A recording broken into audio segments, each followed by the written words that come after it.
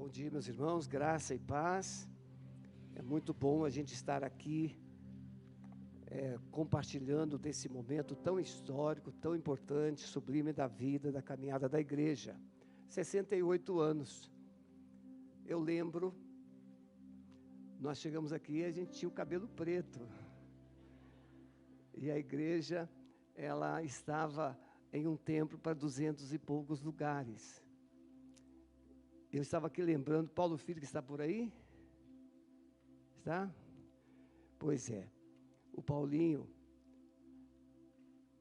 lembro quando nós fizemos a primeira reunião de planejamento para construir esse templo. Não tínhamos nem ideia. Tínhamos um sonho. Receita limitada, mas lá no céu já tinha um decreto, está pronto. Você está entendendo? A gente, na nossa visão humana, a gente começa olhando pelos impedimentos, pelas impossibilidades. Uma jovem que quer se casar, ela já olha no espelho procurando defeitos para justificar por que ainda não se casou. Não, eu quero virar essa chave. Jovem, você, menina, menino que não casou ainda, olhe no espelho e fala assim: você que ainda não me encontrou, não sabe o que está perdendo.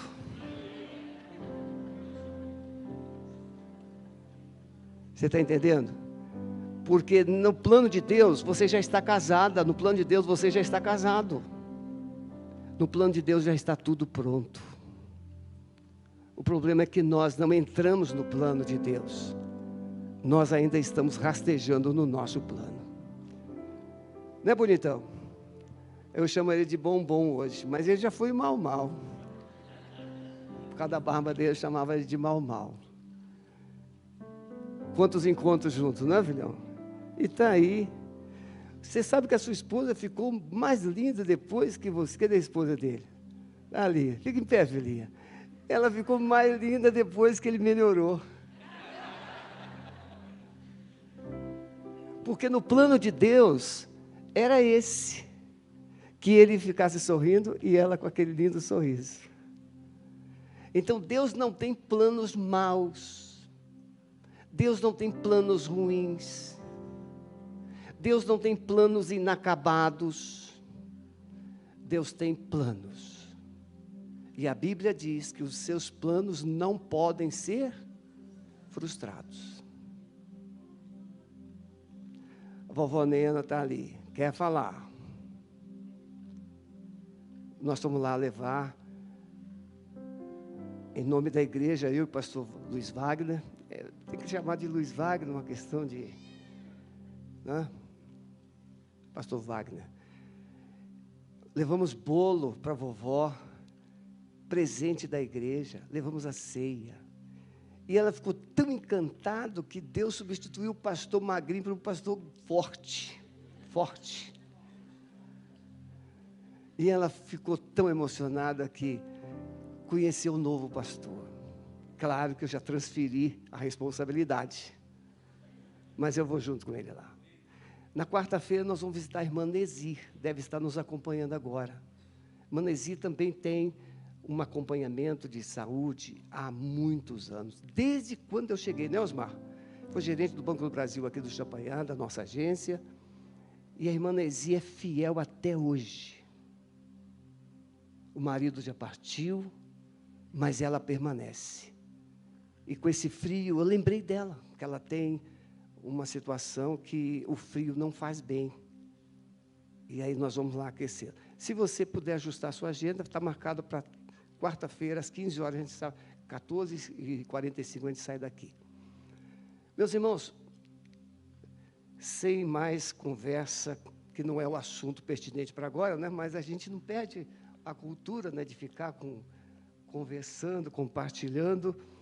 A nossa palavra hoje, ela veio de uma forma muito simples e muito direta. Eu estava orando logo após a gente ser informado que seríamos o orador desta manhã, no aniversário da igreja.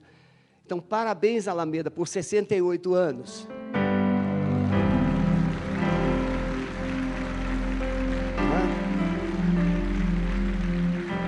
O Paulo Gro, esposo da Eva, também deve estar nos acompanhando. Não sei se já está aqui, mas deve estar em casa. Fez uma cirurgia essa semana. Pastor Maurício, né, já estava lá quando eu cheguei. E também, então, essa igreja, como o pastor Miguel falou e o pastor Calixto, é uma igreja acolhedora. Aqui só não é cuidado quem não quer. Ou quem quer só um pastor, aí um pastor não consegue cuidar de todo mundo, porque tem muitos pastores e muitas pastoras que estarão disponíveis para cuidar de vocês. Quando os propósitos do céu se realizam na terra. Propósito, veja, quando Deus foi criar o homem e depois formar a mulher, Ele já tinha na mente como seria. E Ele colocou a mão na massa e fez o homem. E da mulher e do homem Ele fez a mulher. Façamos. Mas na mente de Deus, o homem já estava pronto. A mulher já estava pronta. A família já estava edificada. E o propósito de Deus era o quê? Agora vocês vão povoar a terra. Vão governar sobre tudo e sobre todos. Era esse o propósito. O propósito de Deus, a princípio, vemos lá no Éden, Adão e Eva. Quando Deus aparece para Adão e conversa, e não há registro de que Adão tenha feito alguma pergunta. Porque a presença de Deus basta. Quando a presença de Deus chega, as perguntas deixam de ser interessantes. Todo questionador, toda questionadora, carece da presença. Porque quem questiona porque está vazio, quem questiona porque está em débito, quem questiona porque está incompleto, quem questiona não chegou onde precisa. O Adão, ele simplesmente contemplava a glória e ouvia, e ficava feliz. E aí, quando eu li esse texto de Êxodo capítulo 3, e apacentava Moisés o rebanho de Jetro, seu sogro, sacerdote de Midian, e levou o rebanho atrás do deserto e veio ao monte de Deus, a Horebe. Ele vai até Horebe e ele, obviamente, já havia passado ali muitos dias, muitas vezes, mas naquele dia seria diferente. Naquele dia, algo aconteceria que marcaria a vida de Moisés. Diga assim comigo: nesse culto acontecerá o esperado, e eu não serei mais o mesmo, porque Deus vai falar ao meu coração. E aí, quando Deus se revela a Moisés, nunca mais foi a mesma coisa. Mesmice é ausência de Deus. Rotina é ausência de Deus. Porque aonde não há presença de Deus, falta propósito. E, consequentemente, missão.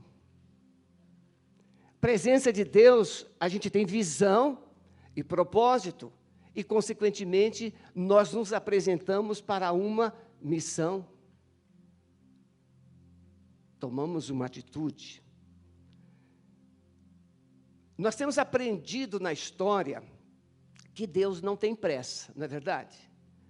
A moça tem pressa para casar, está louca para casar. O rapaz, muito mais, está doido para amassar, porque não pode ainda amassar. A gente pensa que não pode. Mas eu lembro quando eu estava namorando a dona Sueli, e a gente fica criando as fantasias, quando eu me casar. E depois que casa, as fantasias desaparecem, e a gente fala assim, cadê aquela fantasia? Porque a gente cai no mundo real. Tem aluguel, tem conta de luz, tem conta de água, e tem o bebê que nasce depois de 9 meses. Meu Deus do céu. E tem que cuidar do bebê. Quando o João Brito estava com mais ou menos 3 meses, quem levantava de manhã para fazer a mamadeira era eu. E eu já prevenido, porque quem passar o que eu passei, né, varão? Né, bombom? Aí a coisa melhora, né? Eu já deixava a mamadeira pronta ali, de molho, ali daquela água morna. Quando o bichinho faz, pum! Tranquilo, tinha papo. Deus sabe tudo que precisamos e Ele vai nos ajudar nessa caminhada. Mas Ele não tem pressa.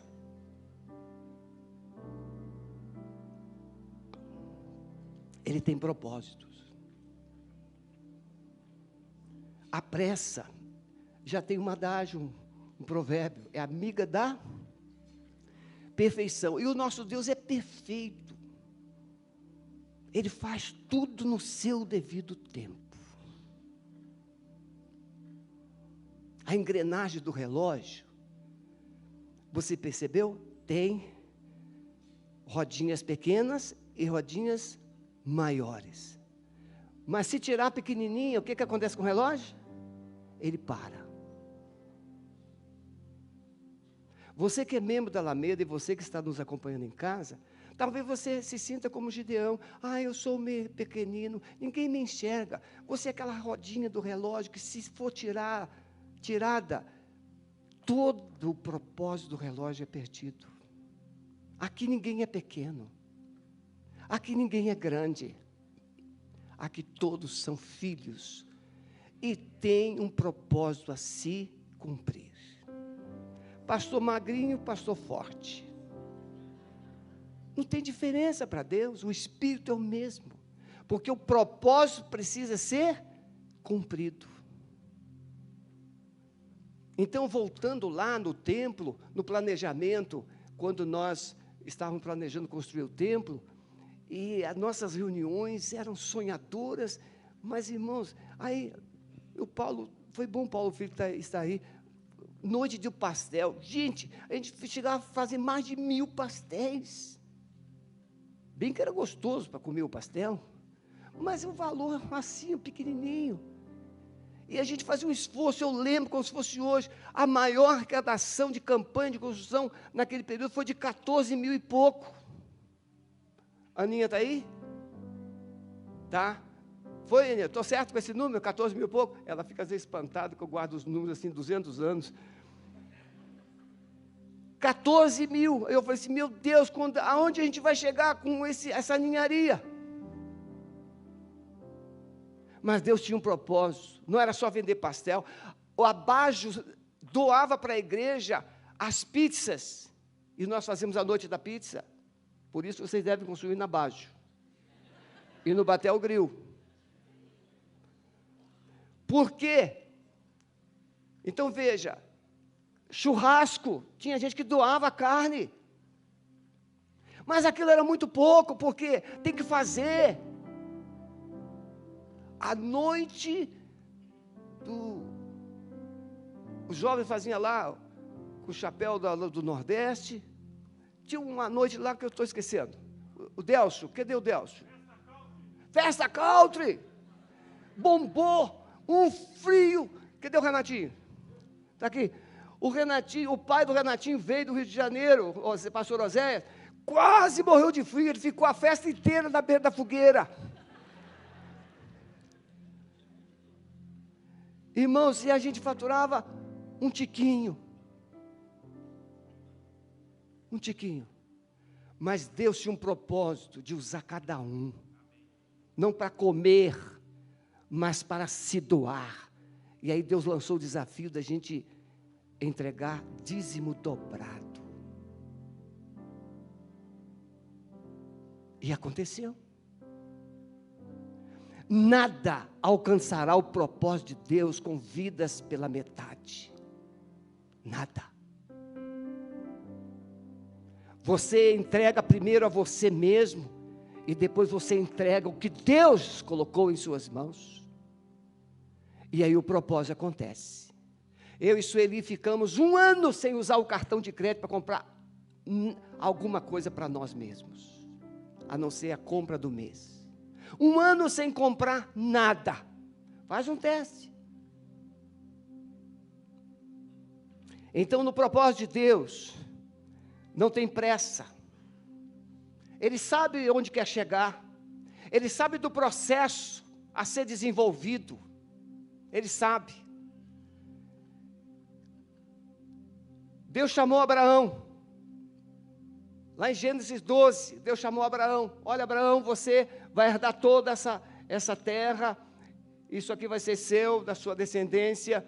Você vai ser pai de nações. E falou tudo que Abraão precisava ouvir e queria ouvir. Só que, Gênesis 15. Só que é na 4ª geração. 400 anos vocês vão ficar lá no Egito. E depois eu vou tirar vocês de lá. E eu vou trazer vocês para cá. E vocês vão herdar. Irmão, se Deus falasse comigo alguma coisa para 400 anos na frente, meu... Mas Deus é assim. Ele tem um propósito. E o tempo para Ele não é problema, é para nós. Era dia de distância. Aí levantou Moisés, num tempo que os bebês não podiam existir, os bebês masculinos. Mas o Moisés é salvo. E quando ele chega a 40 anos, ele tem um vislumbre de que ele vai ser o executor do propósito. E então ele começa a agir e arranja uma encrenca. Gente fora do tempo de Deus é encrenca.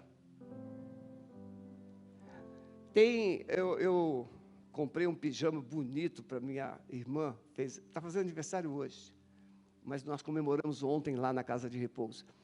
E o pijama ficou tão bonito que o pessoal lá da Casa de Repouso começou a chamá-la de Cordeirinha. É todo de lã, a lã branca. Você parece um anjinho que caiu do céu. Não! Porque o anjo que caiu do céu, eu não quero. É o anjo que Deus enviou do céu. Aí eu quero.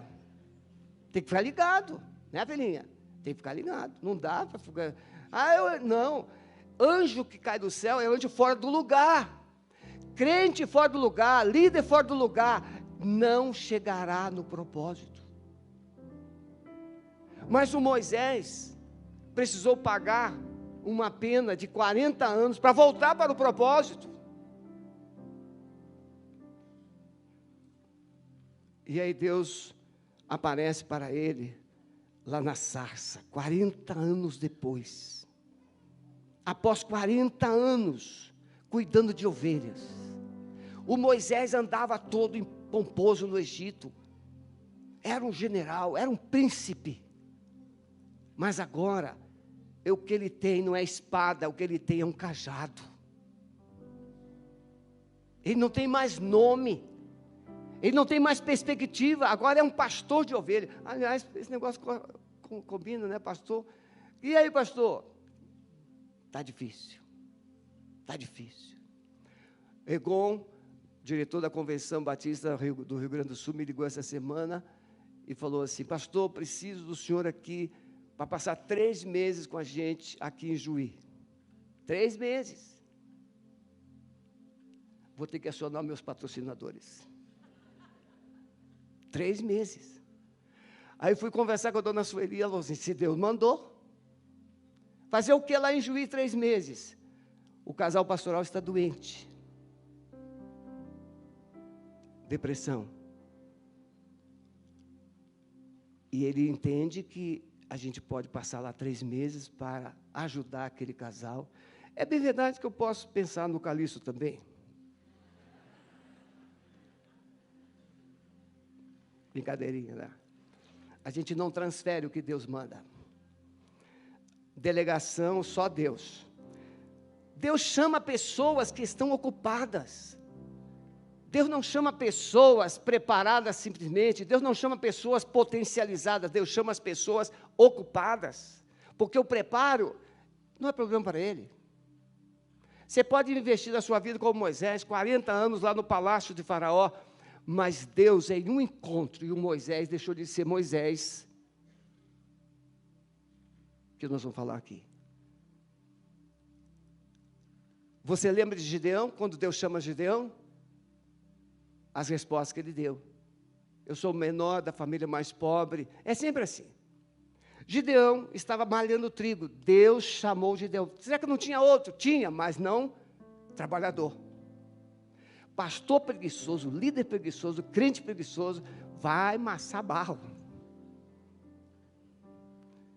E nesse frio, é bom ficar debaixo da coberta, né? Vou orar no monte de coberta. Samuel estava servindo no templo, Davi cuidando das ovelhas, Eliseu arando terra, os apóstolos pescando. Deus não chamou ninguém que estava assim, e aí, o que eu vou fazer?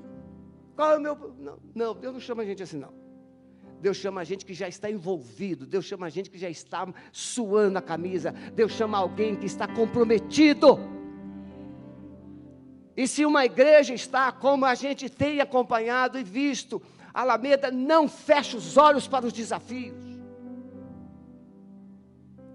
Por isso nunca faltou e nunca jamais faltará recursos para a igreja Alameda, para os sonhos de Deus neste lugar.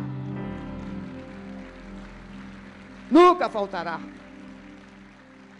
Deus chama Moisés. Então precisamos entender que os propósitos de Deus envolvem um chamado e uma missão. Estava lá o Moisés trabalhando, cuidando das ovelhas, como o Davizinho. E Deus se apresenta a Moisés. É Deus que se apresenta e chama. O Moisés achou interessante a forma que Deus estava falando com ele. A sarça.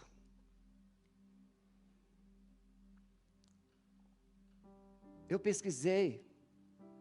A sarça é um arbusto, mais ou menos assim, 2 metros, 2,5 metros de altura.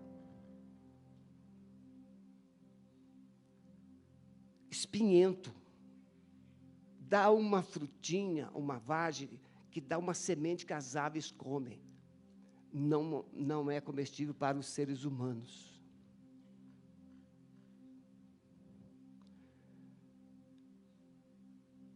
E ela se queima com muita facilidade.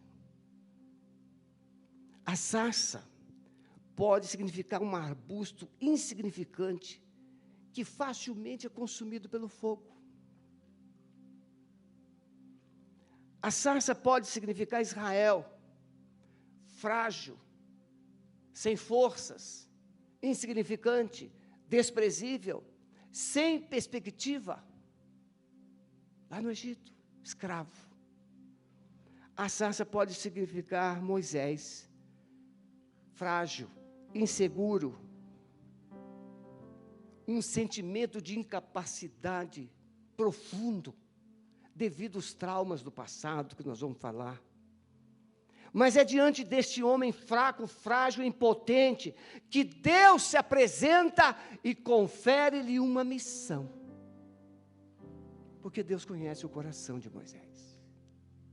Deus não está preso ao passado de Moisés. Deus está comprometido com o caráter de Moisés. Deus está comprometido com o coração de Moisés. Há 40 anos atrás, Moisés acendeu uma chama no coração: vou libertar o nosso povo, vou libertar o meu povo, não dá para viver desse jeito. Mas Moisés não sabia que não era do jeito dele.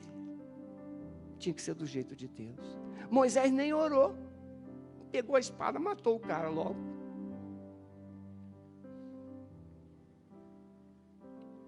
Começar errado, irmãos, produz traumas. Seja casamento, seja ministério, seja vida profissional, quando tudo começa errado, a tendência é tudo errado.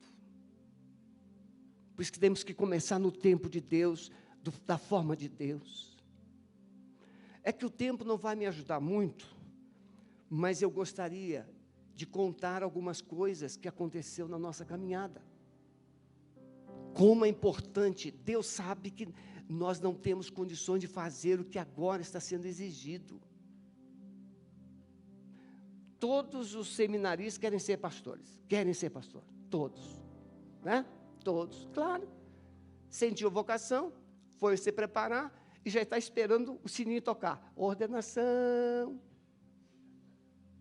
Ordenou e está esperando um anjo ou o Espírito Santo fazer uma revelação. Ministério. Mas eu comecei a pregar na igreja com 11 meses de batismo.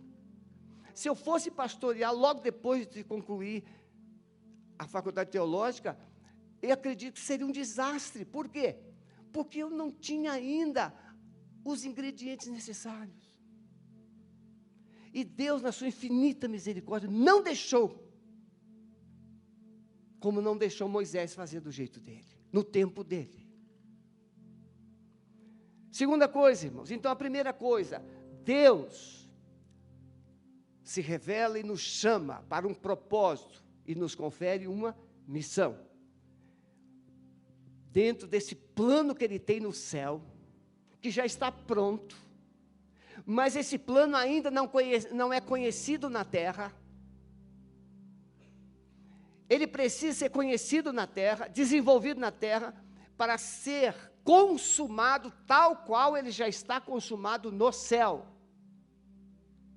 Então veja, quando Jesus está na cruz, ele diz, está consumado, mas ele está morto. Para os judeus, a esperança havia se extinguido.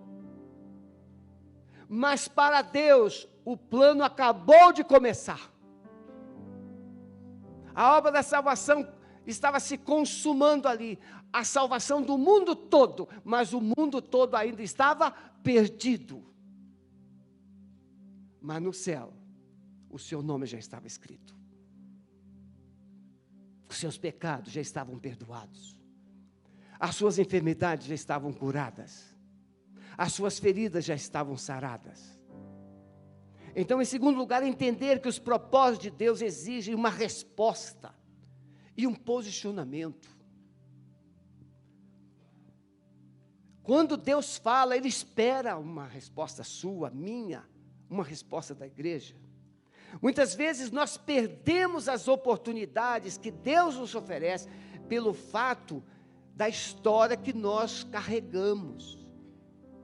Quando Deus disse para Moisés, olha Moisés, eu vi o sofrimento do meu povo, e eu vi o quanto eles estão sofrendo lá no Egito, seus exatores, e eu desci para livrá-lo. Olha, Deus diz assim, eu desci para livrá-lo. Por que Deus então não livrou? Porque o propósito de Deus era usar você. Deus pode mudar o mundo num estalo de dedo. Deus pode mudar governo num estalo de dedo. Deus pode mudar famílias e casamentos, assim, alguma palavra. Deus pode. Mas Deus quer trabalhar em nós. E Deus quer trabalhar conosco. Mas tinha um fator que impedia Moisés de entender isso. Os traumas. Né, Silvana? Os traumas do passado. Ah, eu já tentei, não deu certo. Eu já fracassei, né, Pedrão? Já fracassei. Ele havia se punido 40 anos. Carregado aquele trauma, aquela culpa. Aquele medo ainda estava arraigado no seu coração.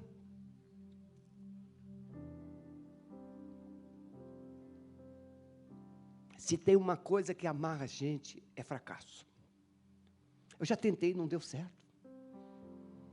Eu já falei, não funcionou. Eu já fui lá, não teve resposta. Fracasso. O fracasso de Moisés o amarrou, o anestesiou, o aprisionou naquele passado. Irmãos, eu nunca falei isso que eu estou falando aqui, em nenhum sermão nesses 40 anos. Porque Deus disse para a Alameda que ela está vivendo um tempo de novos começos. E novos começos exigem tudo novo. Mentalidade nova, corações novos, decisões novas. Nada velho vai funcionar. Isaías disse que o Senhor faz novas todas as coisas. Não fiqueis lembrando das coisas antigas e passadas, porque eu faço novas todas as coisas. Ele quer fazer coisas novas, mas a gente vive amarrado no passado velho. Moisés não havia esquecido os 40 anos, que ele carregava aquele fardo da vergonha, do medo e da fuga. Agir na força do braço, no ímpeto do momento, não trará resultados esperados. Por isso, o fracasso tomou lugar no coração de Moisés. Irmãos, andar na frente de Deus é perigoso. É muito perigoso. Precisamos entender que os nossos medos e incredulidades podem nos paralisar. Moisés se transformou de um homem impetuoso e valente em um homem medroso, covarde e paralisado, por causa de uma experiência do passado. Eu quero profetizar aqui nesta manhã que você que foi paralisado por um fato, um trauma, um abuso, uma decepção, uma dor no seu passado, hoje o Senhor vai te libertar desse passado. E vai apontar um propósito, um futuro. Podemos apresentar a Deus nossas razões. Ah, Senhor, já tentei. Ah, Senhor, quem sou eu? Como Gideão. Eu não sou ninguém, eu não sou capaz, eu sou mais pobre. Eu não sei falar. Irmãos queridos, se eu vinguei, ninguém deixará de vingar. Porque se deu certo comigo, acho que deu, né? Se deu certo comigo até aqui, meu Deus, vai dar certo com todo mundo. Porque você não tem noção. Hoje eu estou com 79,5 quilos, engordei. Mas eu tinha 55, um caniço. Eu era um caniço quebrado, literalmente. Mas Deus não quebrou. Eu era como um torrãozinho que fumegava, mas Deus não apagou. Deus consertou o caniço, acendeu a chama e nunca mais apagou. Porque Deus tem um propósito.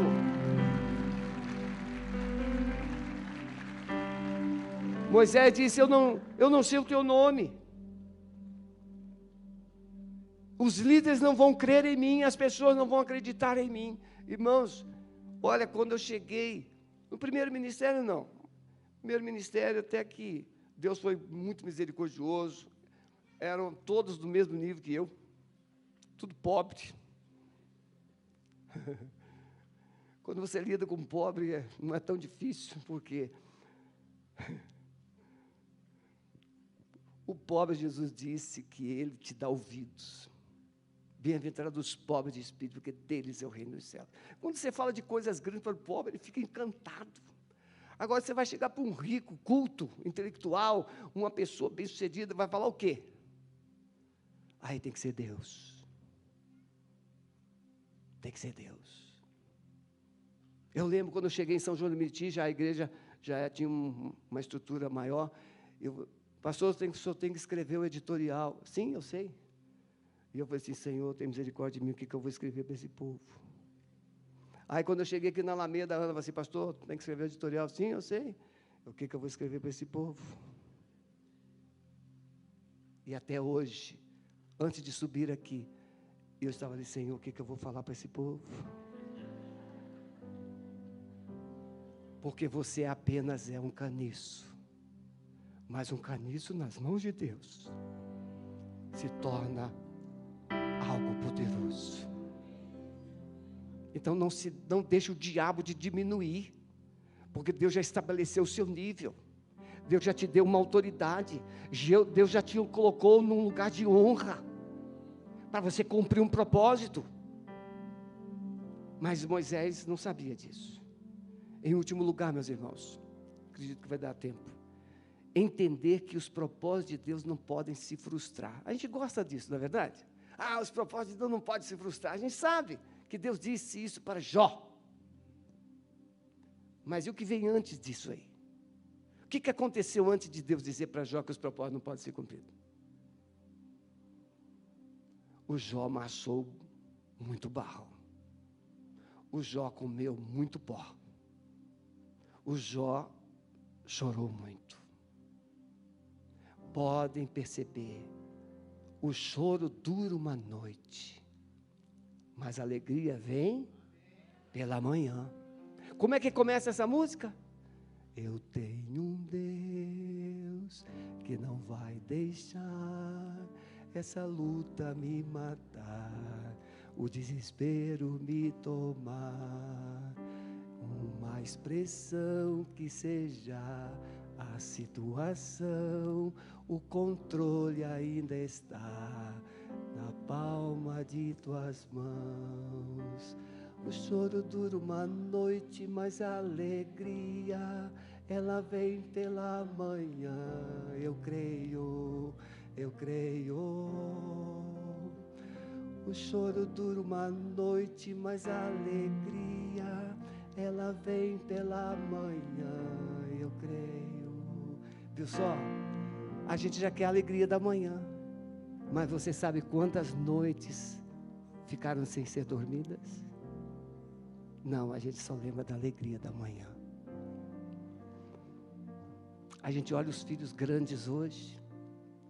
Meu filho, minha filha. Mas você não lembra quantas noites sem dormir. Você não lembra. Propósitos de Deus não podem se frustrar. Quando Deus manda, irmãos, até o diabo obedece.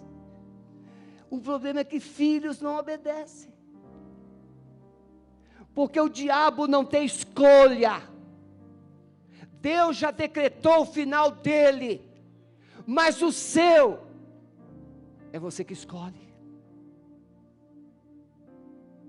Você tem escolha. O diabo não tem. Ele tinha antes de ser diabo.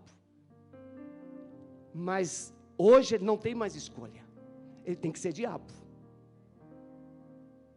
Ele não sabe ser outra coisa. Mas você pode ser diferente. Cumprindo os propósitos. Deus conhece aqueles que Ele chama. Eu gosto desse versículo de 2 Crônicas 16, 9, que diz o quê? Por quantos olhos do Senhor estão sobre toda a terra. Deus está com seus olhos, como o salmista diz. O Senhor contempla os justos e os injustos, os bons e os maus. Ele faz a chuva vir sobre os bons e os maus. Mas por quanto os olhos do Senhor estão sobre toda a terra, para contemplar, para dar força, todo aquele cujo coração é totalmente dele. Deus olha, e Ele vê o coração, e Ele fala assim, eu vou dar força, eu vou dar energia, eu vou dar visão, eu vou dar propósito, porque Ele vai me obedecer. Eu lembro, irmãos, eu já contei isso algumas vezes, tinha um gadareno no meu primeiro pastorado, que era terrível, terrível, terrível, e um dia eu fui na casa da mãe dele, ele estava lá, e aquele rapaz endemoniou, e eu naquele tempo não tinha esse negócio de autoridade espiritual, não, naquele tempo era segurar, e sai, em nome de Jesus, e tinha que sair. E quando saiu, uma hora depois, eu estava com cãibra nos dedos, os dedos não fechavam mais, estava com cãibra. Eu fui para casa assim, tremendo, sem energia, sem forças. Falei com a Sueli e fui para o meu gabinete, me joguei no chão e comecei a chorar. Falei assim, Senhor, chega! Eu não aguento mais esse tipo de ministério. E o Espírito Santo me conduziu para a palavra. Isaías 41:10. Não temas, eu sou contigo. Não te assombres, eu sou o teu Deus. Eu vou te fortalecer, eu vou te sustentar, eu vou te ajudar.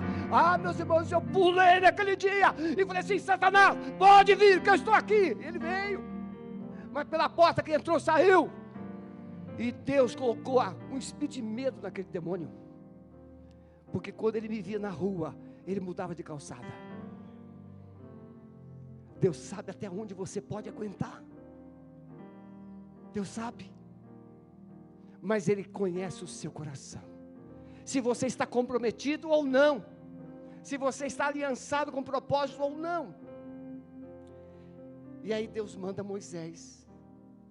Dentro dessa visão de propósito que não se frustra, implica algumas prerrogativas que Deus quer. Ele começa com a sarça, mostrando quem você é. Gugu, pode fazer? Deu para fazer, Gugu? Deu? Vamos ver se o Gugu fez o que eu pedi. Olha aí. Isso é você sem Deus. Lindo, né? Bonitinho, né? Diga assim, uma coisa linda. Você tem coragem de dizer? Isso é você sem Deus. Sarça. É sarça. É espinho. Não tem fruto. Nem sombra o troço dá. Não tem nada. Não tem atração, não tem nada. Mas quando Deus vem, olha, Dugu, olha como fica. Isso é você com Deus. Tudo muda. Dá direção, chama atenção, revela glória, poder, força. Isso é você, isso sou eu. A gente sem Deus, irmãos, a gente é um monte de galho seco. Só fogo. Mas com Deus a gente tem resposta. Tirar, aí Deus começa assim. Mas termina como? Tire as sandálias. Irmãos queridos, eu fui pesquisar um pouquinho. O Moisés sabia muito bem o que significava tirar as sandálias. Eu e você não sabemos. Não é a nossa cultura. Mas o Moisés sabia. Porque o Moisés foi criado no palácio com o faraó. E o faraó, apesar de ser considerado divino, ele também adorava. E quando o faraó ia para adorar a sua divindade, ele tirava as sandálias. E o escravo ia atrás com as sandálias penduradas nos pulsos. Mas o faraó entrava descalço para adorar. E o Moisés ia junto. E ele aprendeu isso, ele sabia isso. Então quando Deus diz para Moisés, tira as sandálias dos teus pés, Moisés lembrou. E Deus restaura Moisés de ponta cabeça. Porque na força do faraó, derrota. Mas na força de Deus, vitória. O Moisés agora descobre que não está mais diante de divindades egípcias, mas ele está diante do Criador, do sustentador, do Deus Todo-Poderoso, que veio como fogo. Não era um boneco de barro, não era uma imagem, não era uma estátua, era um Deus de fogo e que falava. O nosso Deus fala. E quando Deus fala, Ele quer ser ouvido e Ele quer ser obedecido. Propósito. Tira as sandálias dos teus pés. Moisés entendia isso. Tirar as sandálias pode significar rendição incondicional. Entregar o controle a Deus. Moisés, você já começou errado há 40 anos atrás. Está na hora de começar ou de recomeçar. Tempo de recomeço. Está na hora de recomeçar da forma certa. Creio que uns 4 anos atrás, na Igreja Batista Alameda Santa Felicidade, João Brito e Débora tinham lá um programa de entrevista no sábado, no culto da juventude. E eles me convidaram. Está lá no YouTube. E naquela entrevista, a Débora perguntou: pastor, qual o seu sonho? Agora, nesse período assim que o senhor está, eu disse: o meu sonho é transicionar a Alameda de uma forma tão linda que ela não sofre.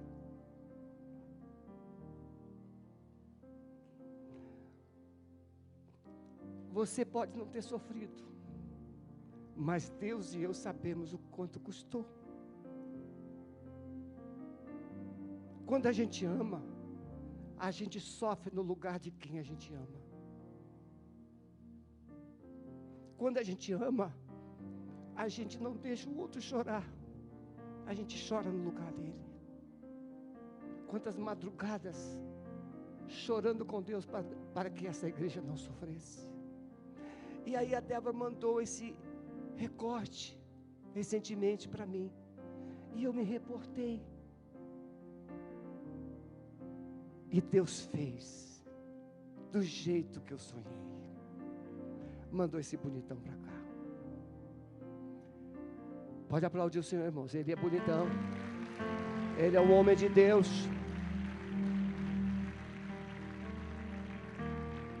Ele é profeta de Deus. Sempre admirei e sempre admirarei. Homem de Deus, voz de Deus, comprometido com Deus. E se a igreja Alameda obedecer a direção que Deus vai dar através dele, vocês vão chegar a lugares altos, altos, altos, altos, altos, altos, altos. Lugares altíssimos. Tirar as sandálias pode significar então rendição. Precisamos nos libertar das sandálias que nós julgamos, porque sandálias é calçado para quem tem posição. É para o Senhor, é para as pessoas nobres. Escravo não andava de sandálias. Precisamos libertar das sandálias do orgulho.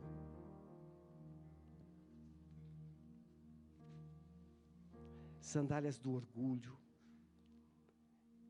que tem produzido fracassos passados. O orgulho tem sido construído por causa dos nossos fracassos. O fracasso, o sentimento de rejeição, o sentimento de abandono, o sentimento de humilhação, produz dentro das pessoas um sentimento, uma necessidade de provar o que elas são, ou o que elas desejam ser. E aí elas constroem um orgulho, que não é de Deus, é do diabo. Então nesta manhã está na hora de tirar as sandálias do nosso orgulho, da nossa autossuficiência, das nossas pretensões pessoais. No reino de Deus não há espaço para pretensões pessoais. Nós estamos aqui simplesmente para levantar a glória dEle, para projetar a glória dEle. Assim resplandeça a vossa luz diante dos homens, para que vejam e glorifiquem o vosso Pai que está nos céus. Baixe a cabeça, por favor. Libertar das sandálias da indiferença. Você está indiferente, mas tem um mundo perdido. Você está indiferente, mas tem famílias perdidas. Você está indiferente, mas tem uma igreja que precisa ser edificada. Precisamos nos libertar das sandálias da autossuficiência. Os propósitos de Deus podem se cumprir hoje aqui, na sua vida, na minha vida, na casa do Senhor, na igreja do Senhor. Sair da rotina e voltar a sonhar. Deus não quer uma igreja de rotina. Deus, o Deus que nos tirou da rotina improdutiva para nos levar para lugares altos e voltar a sonhar. Sarça pode significar um encontro com Deus e seu propósito. E Ele quer falar e nos envolver no seu propósito. Quem aqui é mais antigo sabe, lamparina com a querosene ou com azeite, o pavio não queima, mas brilha. Mas lamparina sem querosene ou sem azeite, o pavio queima e fede. Está na hora de você deixar que o fogo de Deus acenda o seu pavio, o seu coração. E o Espírito Santo abasteça a sua alma com azeite do céu. E você tirar as suas sandálias. A minha pergunta é simples. Os planos de Deus nos céus estão prontos, cumpridos, todos eles prontos. Mas Ele quer que esses planos se cumpram na sua vida e através da sua vida. Pergunta número 1. Você está disposto a ouvir a voz de Deus nesta manhã?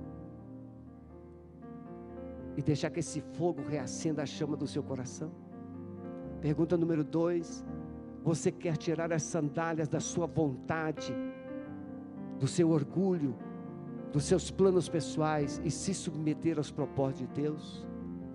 Eu gostaria de orar por você. Fique em pé onde você está. Eu quero me despir das minhas sandálias. E eu quero que o Espírito Santo acenda uma chama no meu coração. Ore com você, ore você mesmo aí. Comece a orar com Deus. Senhor, eu estou tirando minhas sandálias. O Senhor sabe o que significa sandálias na minha vida. Minhas pretensões pessoais, meus planos pessoais. Mas eu quero ainda fazer uma pergunta só importante, muito importante. Se há alguém aqui nesta manhã que ainda não tem certeza da sua salvação e gostaria de entregar a sua vida para Jesus e ter o seu nome escrito no livro da vida, levante a sua mão. Onde você está? Você quer hoje ter a sua vida totalmente salva por Jesus e ter o seu nome escrito no céu? Levante a sua mão. Há alguém nessa manhã que não tem certeza e gostaria de ter essa certeza? Todos já estão salvos aqui. Vamos orar. Vou convidar o pastor Wagner. Vem cá, pastorzão. Ele vai estar orando por você e ministrando o que Deus ainda tem para a sua vida. Erga sua mão bem alto, meu irmão. Vamos agradecer. Pai, nós te louvamos, porque há 68 anos atrás o Senhor plantou essa igreja nesse lugar. E aqueles que estão aqui, Deus, há muitos anos, há muito tempo, têm acompanhado o quanto o Senhor foi bondoso com a tua igreja, na aquisição de terreno, na construção do primeiro espaço de adoração. Nós te bendizemos, Pai, porque o Senhor sempre supriu as necessidades da tua igreja. Obrigado porque o Senhor enviou um grupo de guerreiros, de homens e mulheres santos e santas, que operaram aqui, Pai, e doaram-se integralmente à tua obra. Cada pastor que passou por essa igreja, dias difíceis que passamos, mas cremos, Pai, que o Senhor sempre tem dado um novo à tua casa. E eu tenho convicção, Pai, que os próximos 68 anos serão de uma gigante colheita em nome de Jesus. Já estamos, Pai, em projetos missionários em 5 continentes, mas estaremos, Pai, avançando cada vez mais como igreja, transformando essa cidade, esse estado, essa nação e indo às nações em nome de Jesus. Pai, que o fogo que o Senhor enviou a cada coração nunca pare de queimar e que haja, Pai, na tua igreja uma geração de homens e mulheres incendiados pelo Senhor para financiar a tua obra, para orar por essa obra, para proclamar o teu evangelho, para servir ao Senhor com alegria. Obrigado, Deus, por cada líder que passou por essa casa, cada diácono, cada funcionário, Deus, cada servo que serviu aqui nas coisas mais simples às mais complexas. Que o Senhor levante cada vez mais um exército para amar e servir ao Senhor neste lugar, em nome de Jesus. Amém. Você pode aplaudir bem forte o Senhor. Irmã Sueli, vem cá, por favor. Vem cá, minha jovem. Nós separamos uma lembrança para esse casal especial. Cadê o presente? Tem alguém para dar? Pastor, o senhor é uma bênção. Terminou antes da hora, 1 minuto. Cadê o presente? Gente, tem um presente para chegar aqui, hein? Cadê o povo do presente? Amém? Amém? Cadê? Cadê a Esther? Esther, por favor, vem cá, minha jovem. Isso, meu Deus do céu. Estava combinado o presente. Isso, está vindo. É grande, é muito presente. Tem que ter manobrista. Ó, que isso, hein? Manobrista. Isso, vem cá, Esther, minha flor. Vamos agradecer. Cadê, gente? A gente subiu, hein? Eu não vou dizer quem ia trazer para a gente foi arrebatado, senão a gente teria ficado, né? Amém, varão, amém. Glória a Deus. Glória a Deus. Minha flor, entrega, por favor, aí esse casal especial. Amém. Eu acho que esse rosa é dela, né? Deve ser, né? Amém. Isso. Glória a Jesus. Amém. Irmãos, a Vanina está conosco aqui. Tem um presente para ela também. Cadê o presente dela? O rapaz agora vai dar a volta de novo. Viu? Ele podia estar ali já. Mas isso, corre lá, meu filho. Isso. Amém. Vai lá, minha irmã. Entrega lá para ela, por favor.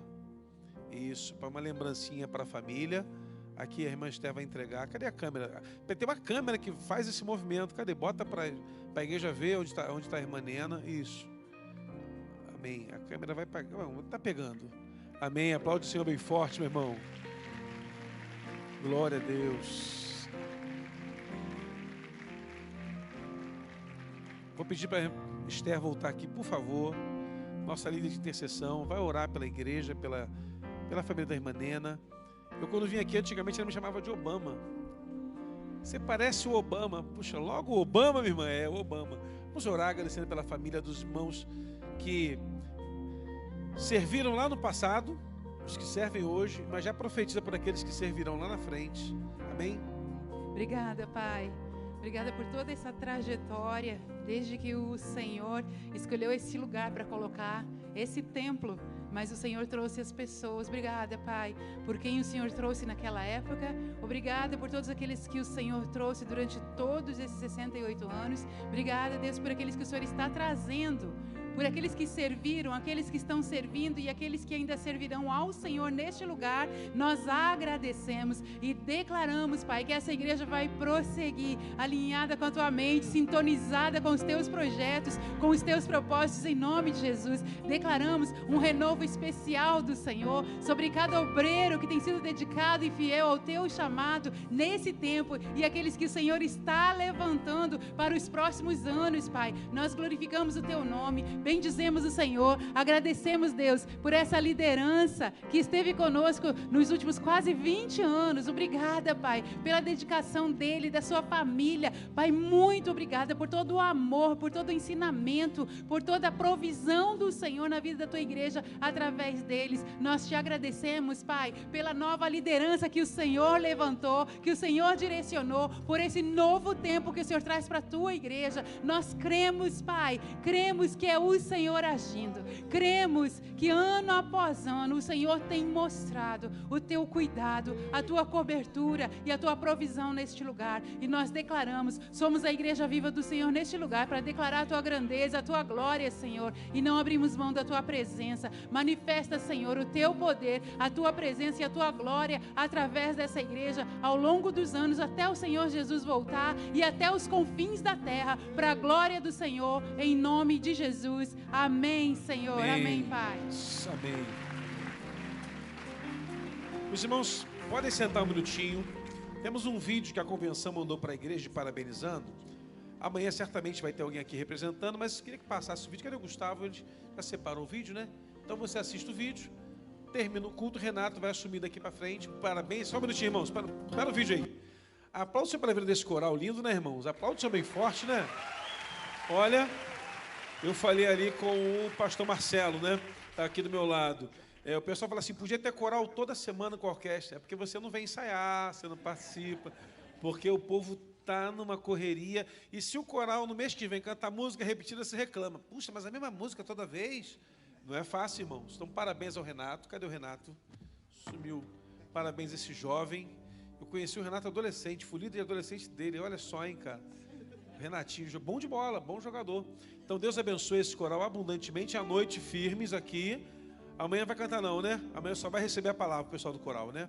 Então amanhã Deus abençoe hoje a todos vocês que estão conosco. Estou com bombom, Deus te abençoe. Vou até mudar o nome lá no celular agora.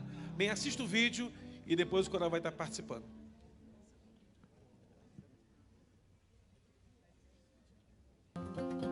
Olá, meus queridos irmãos e irmãs da Igreja Batista Alameda. Parabéns por mais um ano de organização eclesiástica. Nós louvamos a Deus pela vida dessa querida igreja. E a palavra de Deus nos diz no livro dos Salmos 124: Ah, se não fosse o Senhor que estivesse ao nosso lado. Israel que o diga: Ah, se não fosse o Senhor que estivesse ao nosso lado.